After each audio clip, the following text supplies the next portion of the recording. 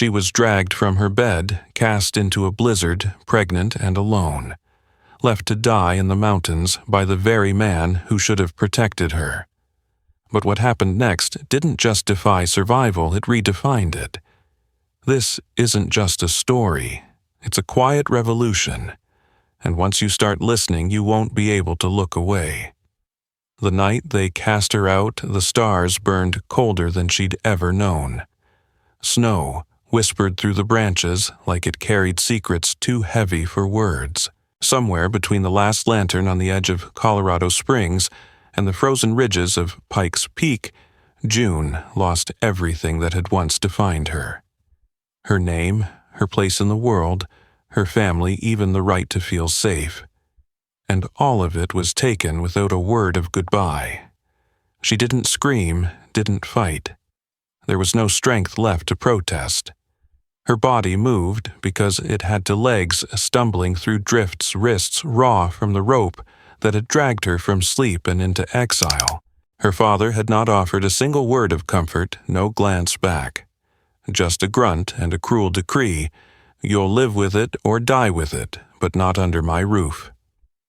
June was only 18, barely a woman, and pregnant with a child her father refused to acknowledge. He didn't ask who the father was. He didn't care. In his eyes, she had already ceased to exist. The wagon they rode in was old and loud, wheels groaning with each jolt as it crawled up toward the timberline. The wind sliced through her coat like it was paper. Her fingers, still swollen from how hard she had clutched the bedpost when he dragged her out, curled protectively around the one thing she managed to bring with her, a silver locket. It had belonged to her mother, and she wore it now like armor. The mule's breath fogged the air like smoke from an old battlefield. The trail narrowed until trees bent overhead like watchful sentinels. June wanted to believe they were headed somewhere human, a convent maybe, or an old cousin's house. But when the wagon stopped, there were no church bells, no welcoming hearth. Just a cabin, standing solitary in the snow, its chimney coughing smoke into the white sky. And there was a man. He stood beside a half-chopped pile of wood wrapped in wolf fur hands, rough face unreadable beneath a dark beard. He looked like he belonged to the mountain, not the world June had been exiled from. His name, she would learn later, was Silas. Her father didn't offer a handshake or explanation. He didn't even look Silas in the eye. "She's yours now." With that, he tossed a small burlap sack onto the snow oats, maybe flour, or just the last obligation he felt toward her, and turned the mule around. June opened her mouth, but no sound came. Her father did not look back. In less than a minute he was gone, his shadow swallowed by the woods. The only person who had ever said her name aloud like it mattered had left her without it. June stood there frozen in more ways than one. Her boots sank deeper into the snow, and for a heartbeat too long, she hoped this was all a nightmare, that her mother would come running down the path, arms open. But her mother had died years ago, and all that remained was the man who had decided she was worth less than a family name. Silas didn't approach her. He didn't offer comfort. He simply nodded once at the cabin and turned toward the shed without a word, as if he were used to people being left like that, as if it didn't surprise him at all. June hesitated. Her heart felt like glass held too close to fire. The wind bit through her coat.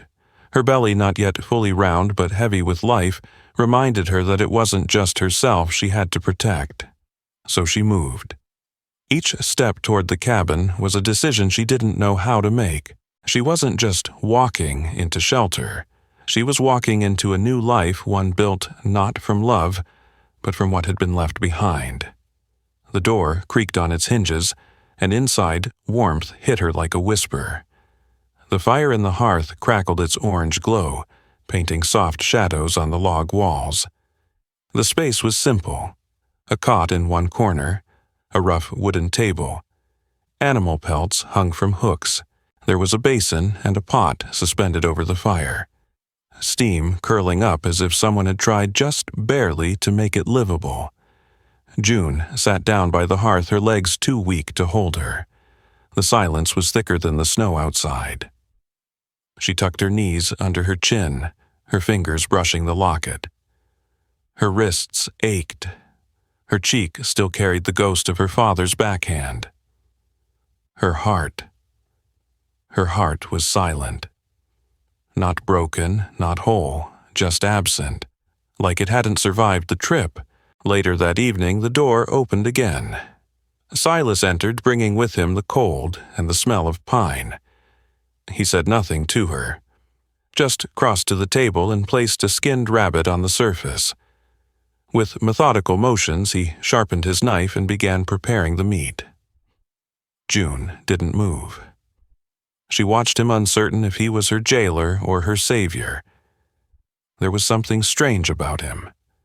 Not cruel, but distant, like a man who had stopped hoping a long time ago. When he finished, he poured water into the pot and added some roots. No invitation to eat, no command, just routine. That night he took the cot. June lay on the floor, curled near the fire, the locket pressed to her chest. The flames warmed her skin but did nothing for the hollow inside her. She didn't sleep. Instead, she listened to the wind howl through the cracks in the wood and the steady breathing of the man she did not know. A man who had accepted her like a sack of grain, no questions, no objections. She thought of the house she had once called home, the bed she would never return to, the mother who would never hold her again. She thought of the child inside her, small and fragile, and wondered how something so new could feel like such a burden. But somewhere deep in the night, as the fire snapped and the silence settled like snow, June made a quiet promise. If she had been thrown into this storm to die, then she would die trying to live. She would find the edges of this new world. She would scrape meaning from wood and ash. She would survive not because someone told her she could, but because she had no other choice. And so the story began not with a welcome, not with a warm hand or kind word, but with silence, with cold, and with the quiet beating of a heart that refused to give in.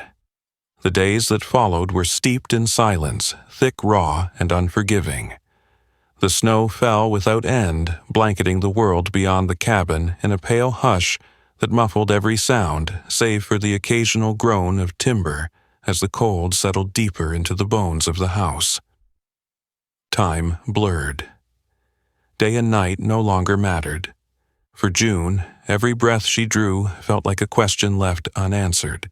And Silas, he remained a figure of smoke and shadow, always moving, always busy, yet never closer than the space between them. She awoke each morning before the sun rose, unsure of what to do, but certain she couldn't allow herself to be useless. The cot still smelled faintly of pine and sweat from the night he'd laid her there, trying to stop the bleeding that threatened to steal what little hope she had left. Her body ached, not just from the near loss, but from everything. Grief had settled into her joints like cold. Silas worked mostly outside, chopping wood, hunting, fixing the small lean-to beside the cabin. He hardly looked at her. But when he did, his gaze was not cruel. It was unreadable, like someone who had forgotten how to show emotion without words. June tried not to mind. She was grateful for the quiet, even as it pressed in around her. Still, little things began to happen. One morning, she found her boots sitting near the fire. The soles had been stitched with fresh leather, roughly but thoughtfully.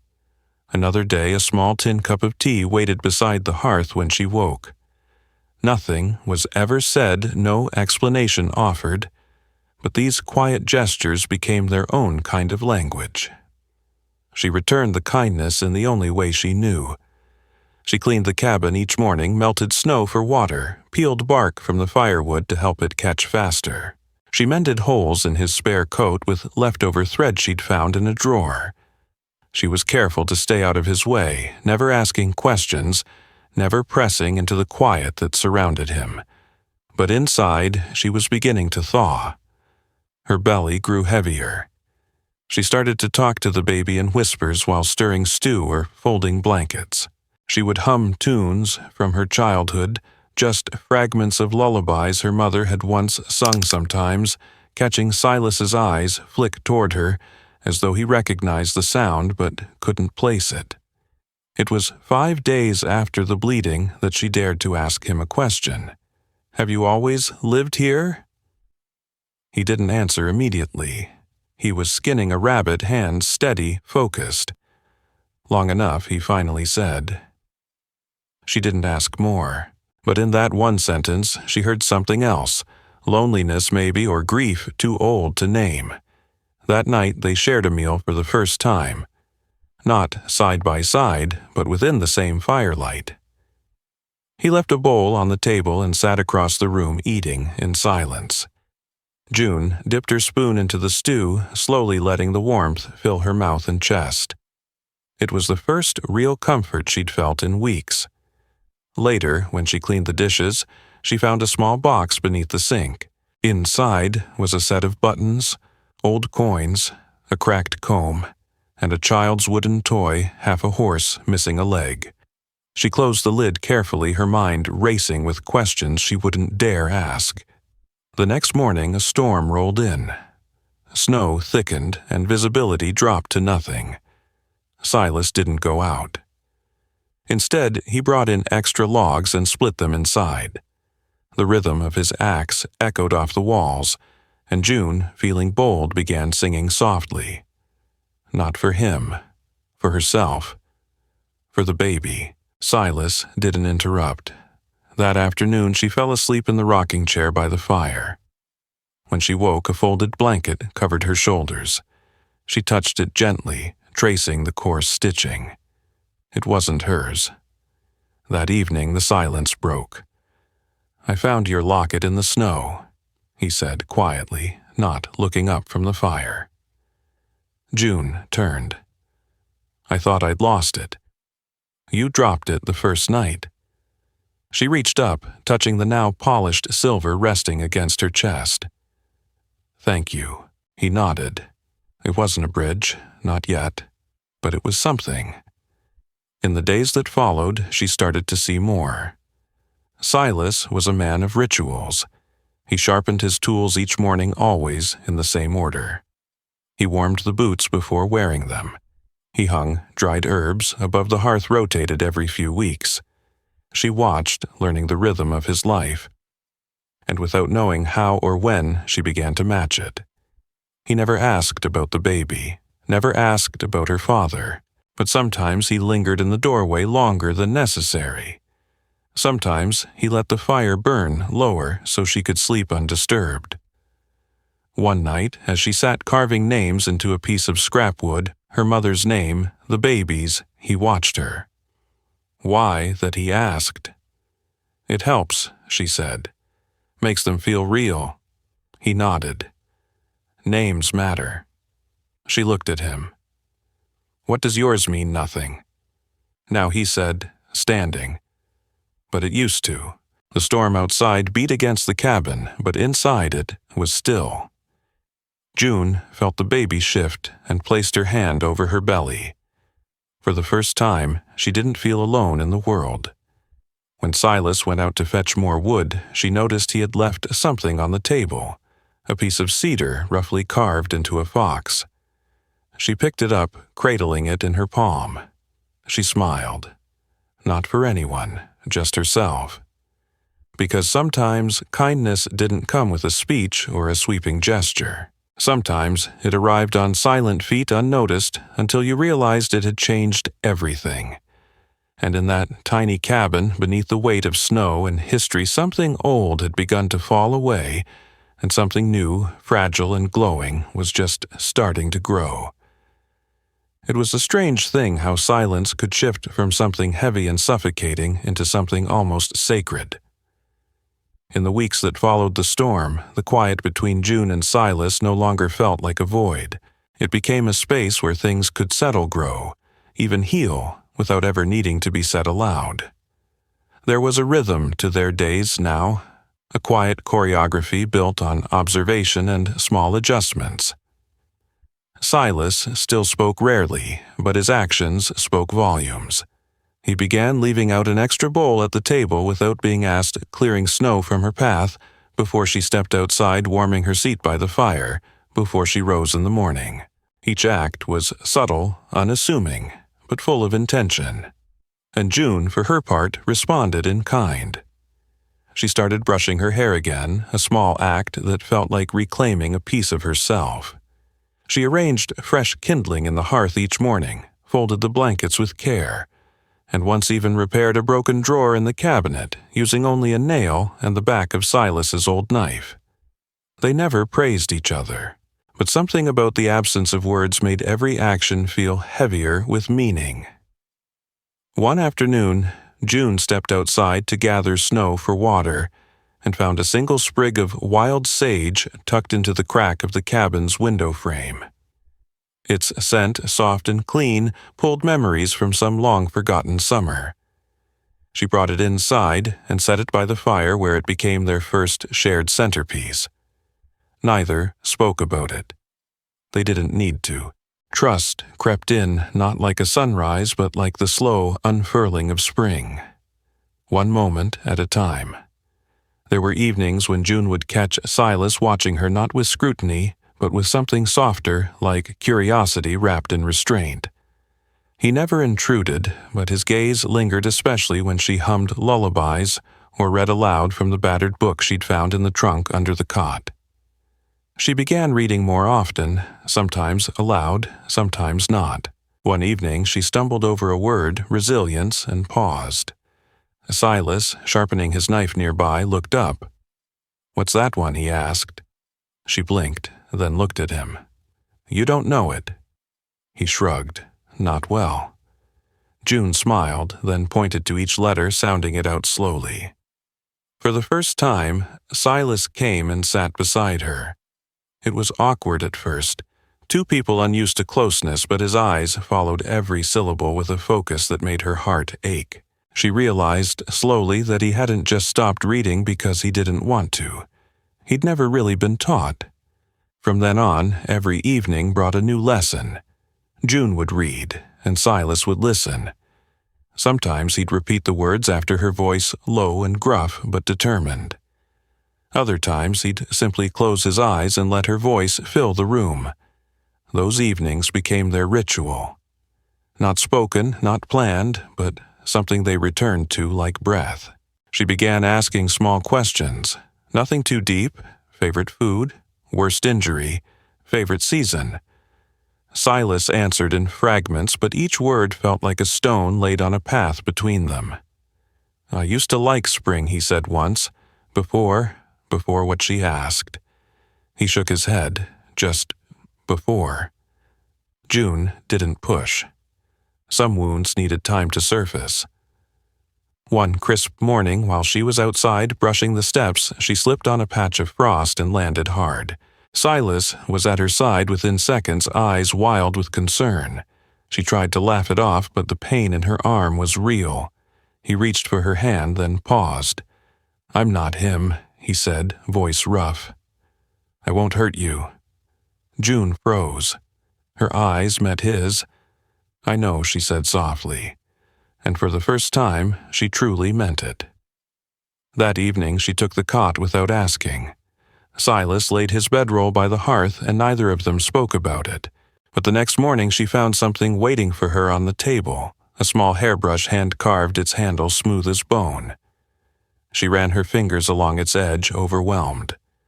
She hadn't thought she'd ever be given something gentle again. As the snow began to melt and birds returned to the trees, June noticed how the cabin itself began to feel different. It wasn't just shelter anymore. It was home.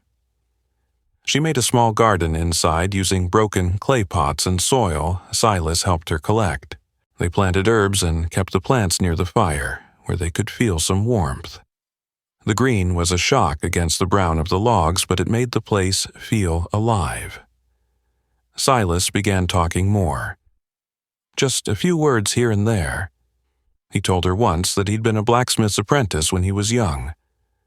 Another time, he admitted he'd lost someone, a woman named Clara, but didn't say more. June didn't ask. She only listened. One morning, as she folded the baby's small clothes and arranged them near her cot, Silas appeared with something behind his back. It was a wooden rattle, roughly made but beautiful in its simplicity. For her, he said. June took it with trembling hands. You made this. He nodded. She clutched it to her chest. Thank you. And just like that, the trust they had been building became something real, something solid. It wasn't love, not yet, but it was something deeper than survival. It was the beginning of belonging. And in a world where both of them had been cast aside, that felt like the most radical thing of all. It began as many storms do not with thunder, but with a hush. The kind of quiet that makes the trees stand still, the kind that presses against your chest like something unseen is watching, waiting. June had felt that hush all day. She'd moved slower, pausing between tasks, holding her breath without knowing why. The wind had picked up that afternoon, rattling the shutters and whispering through the cracks in the cabin walls. By nightfall, the sky had turned the color of slate. The fire burned low, casting flickers of gold across the wooden floor, and Silas had just returned from stacking the last of the firewood near the hearth when it happened. June gasped, clutching the edge of the table.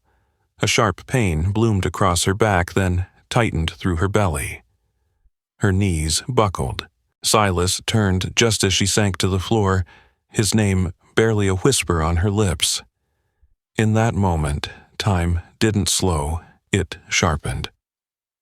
Silas was beside her in seconds, one hand behind her back, the other steadying her, as another contraction tore through her like lightning. She could barely breathe. It's happening, she choked out. She's coming. He didn't panic. His voice was calm, but his movements quick and precise. He cleared the cot with one arm, dragged every blanket, every fur, every warm scrap of fabric they had, and layered them across the bed. He boiled water, laid out towels she hadn't even realized he'd stored. June's teeth clenched against the rising wave of pain, noticed his hand shaking only once when he took hers in his own. You're going to be all right, he said quietly. Not a promise, not a lie, just a hope wrapped in steadiness. The pain didn't give her time to be afraid. It came fast and hard, each wave crashing over her before she had time to catch her breath. Silas stayed by her side through all of it. He didn't flinch when she screamed, didn't back away when she gripped his arm hard enough to bruise. He whispered things she couldn't hear over the roar in her head, words she wouldn't remember but would always feel.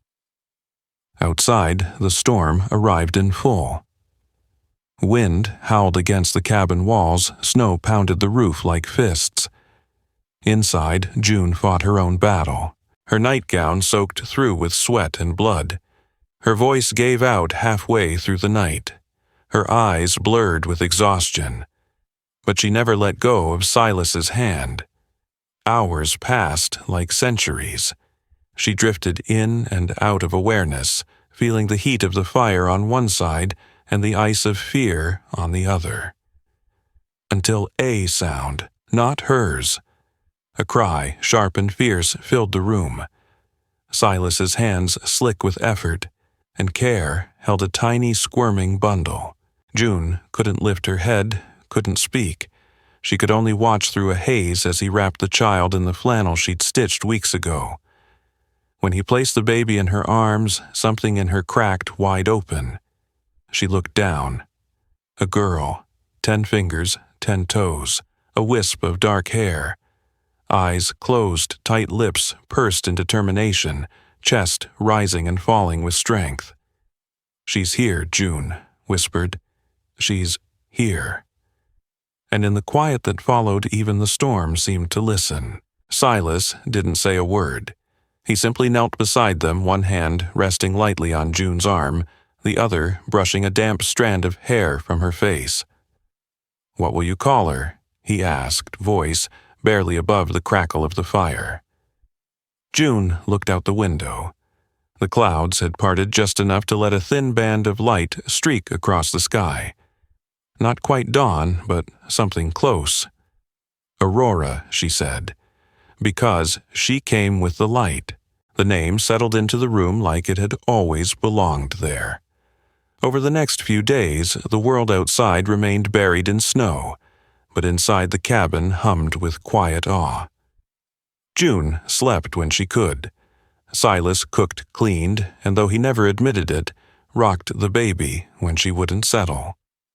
He was awkward at first, his large hands unsure how to hold something so small, but Aurora didn't seem to mind. She stared at him with wide, curious eyes, and he softened under their weight. June watched them from her bed, heart full and aching. She'd expected to feel broken after the birth.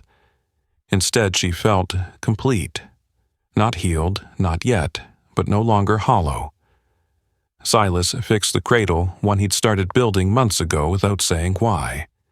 Now he finished it with care, sanding the edges, smooth carving a small fox into the headboard. When June asked about it, he just shrugged. Seemed like she'd need a place that was hers. Each day brought new moments. Silas left fresh wood beside the fire before dawn. June whispered songs to Aurora during feeding. Together they hung tiny clothes to dry on a string by the fire.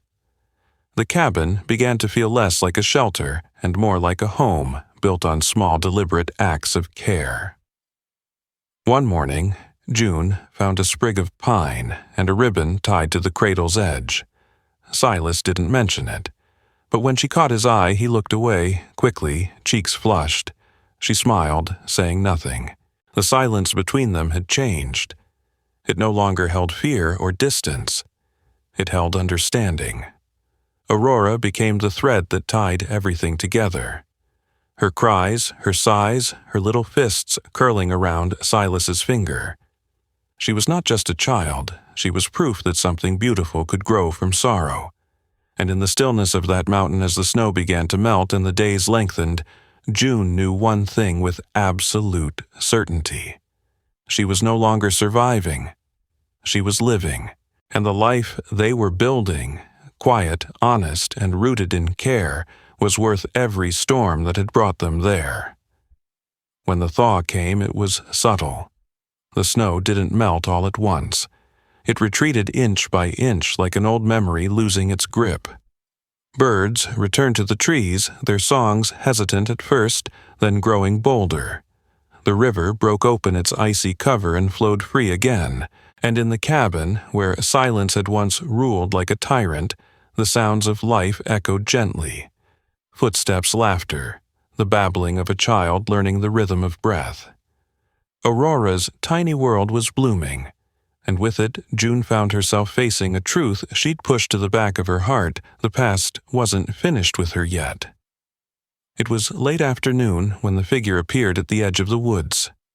At first, she thought it was a hunter lost or wandering, but something in the way he moved, hesitant shoulders, hunched hands, fidgeting with a cap too large for his head, made her pause.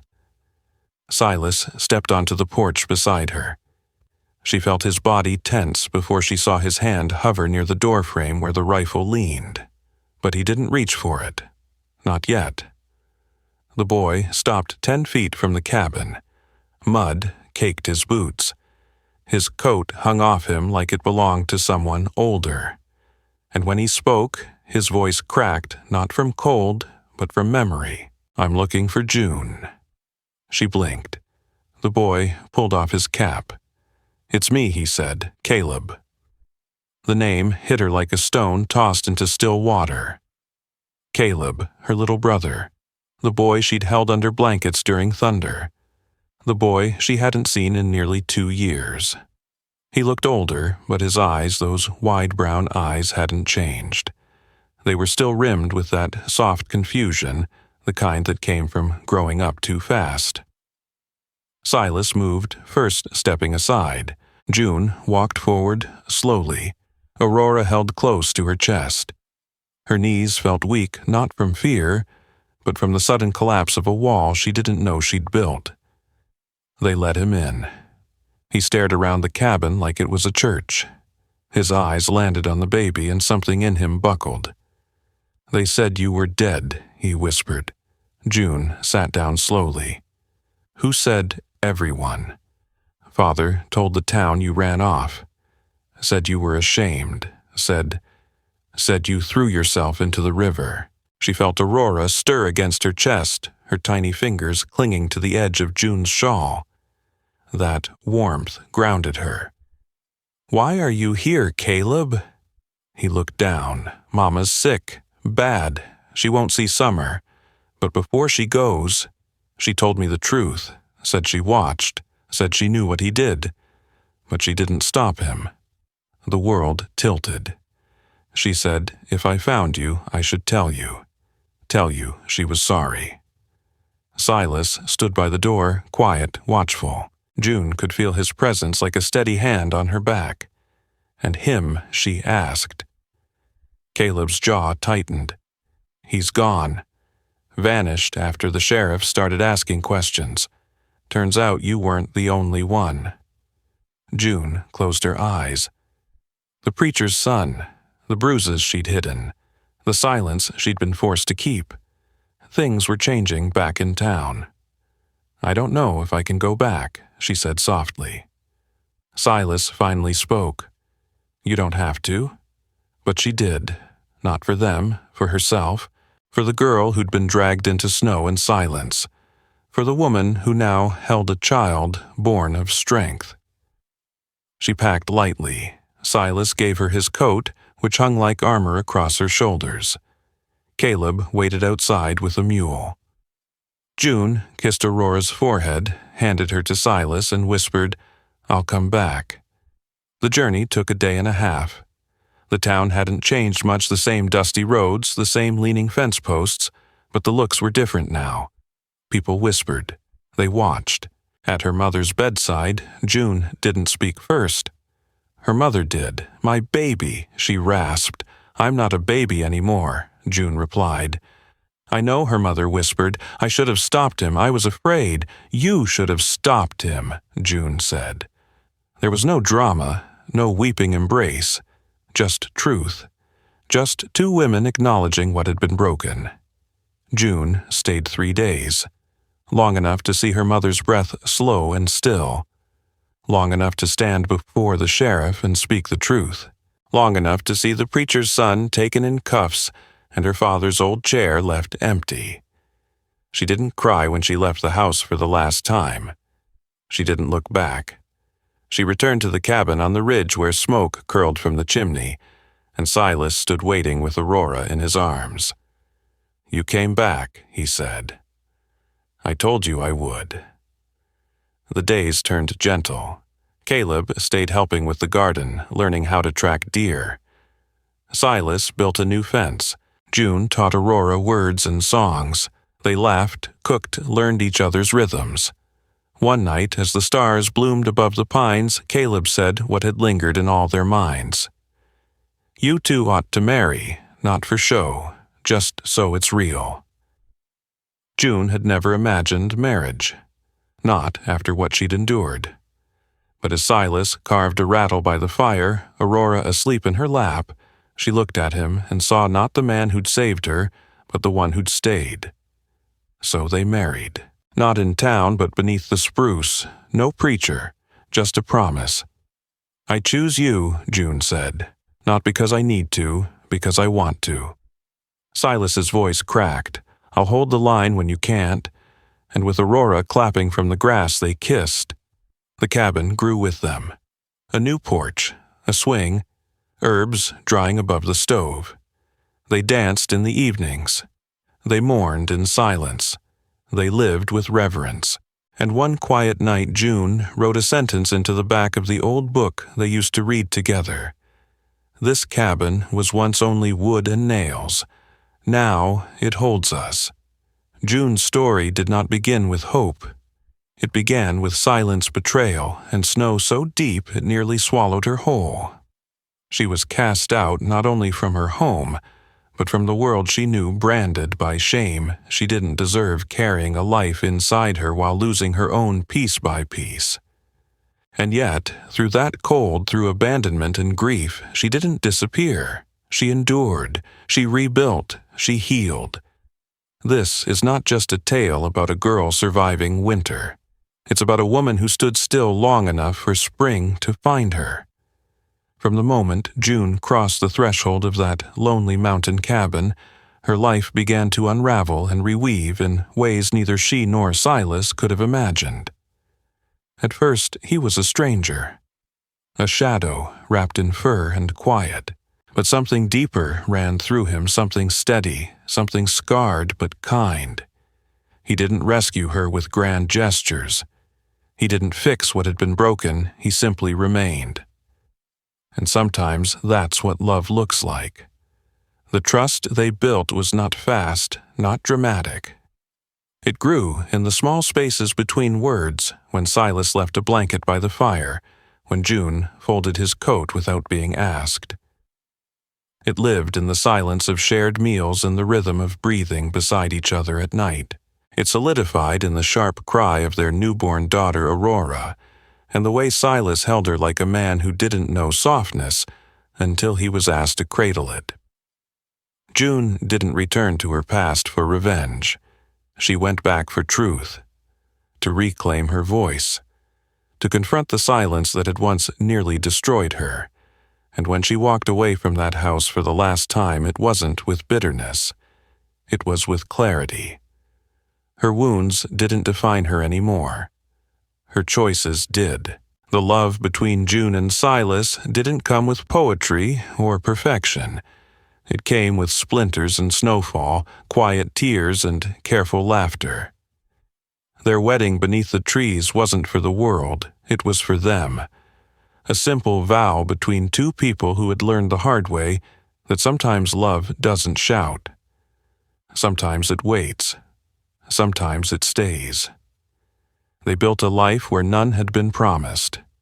A garden where there had been only frozen earth. A family where there had once been shame and fear.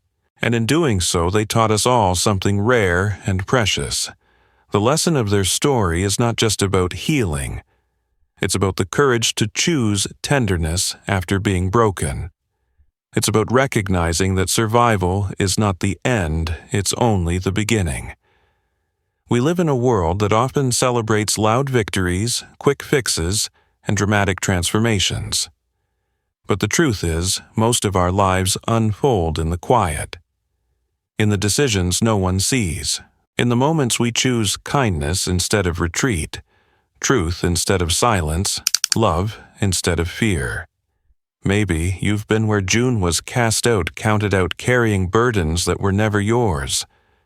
Maybe you've been like Silas, alone in your grief, afraid to hope again, unsure if you're worthy of the family you secretly long for. If so, let their story remind you it's never too late to begin again. It's never too late to build something whole from what's been broken. Let this be your invitation to start small, to trust again, to speak even if your voice trembles, to remain even when it's easier to walk away, to build one quiet act of love at a time. Because just like that cabin on the ridge, your life is more than wood and nails. It can hold laughter. It can hold peace. It can hold you. If June and Silas's journey moved you, if it stirred something in your heart or reminded you of the quiet resilience in your own story, please consider subscribing to this channel. Your support allows us to continue sharing stories like this. Stories that don't just entertain but heal. Stories that honor slow love, brave truth, and the quiet kind of strength that changes everything. Thank you for riding with us through Wild West Renewal. Until our next story, stay kind, stay brave. And remember, you are never too far gone to begin again.